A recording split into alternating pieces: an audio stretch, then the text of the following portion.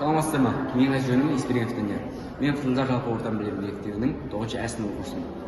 Мен болашақта болғым келетін мамандық ол бастауыш пәнінің мұғалімі. Жүріңіздер, бұл туралы видео көрейік.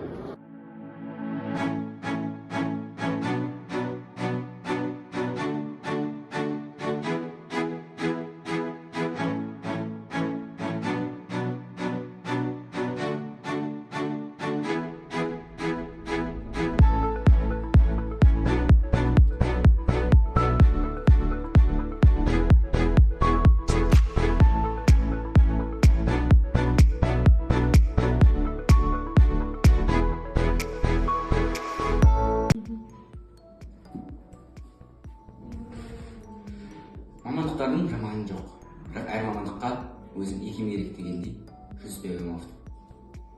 Мен бастауыш мұғалімі болғым келеді. Себебі мен балалармен татуласуға икемім бар. Мен өз таңдауыма сенімдімін.